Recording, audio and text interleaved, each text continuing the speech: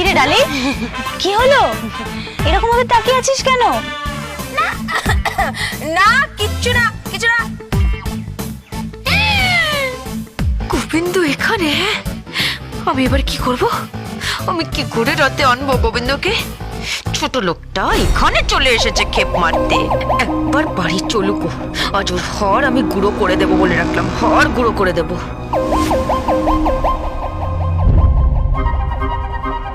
এই ডালি, কি হয়েছে তোর? আপনার বন্ধু এখন আমাকে দেখে মুগ্ধ হয়ে গেছে।